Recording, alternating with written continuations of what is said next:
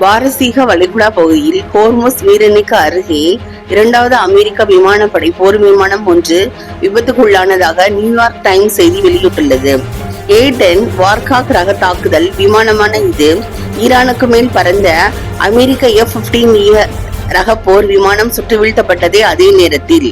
A-10 வார்காக் ரக தாக்குதல் விமானமான இது ஈரானுக்கு மேல் பறந்த அமெரிக்க F-15 ரக போர் விமானம் சுட்டு வீழ்த்தப்பட்ட அதே நேரத்தில் விழுந்தது. அமெரிக்க அதிகாரிகளின் கூற்றுப்படி A-10 விமானத்தின் விமானி பாதுகாப்பாக மீட்கப்பட்டார்.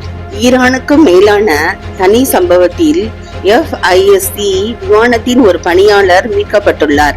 அதே வேளையில் காணாமல் போன இரண்டாவது விமான வீரரை கண்டுபிடிப்பதற்கான முயற்சிகளை தேடுதல் மற்றும் மீட்பு குழுக்கள் தொடர்ந்து மேற்கொண்டு வருகின்றன. A-10 விமான விபத்து அல்லது அதன் காரணம் குறித்து அதிகாரிகள் குறைந்த அளவிலான விவரங்களையே வழங்கியுள்ளனர்.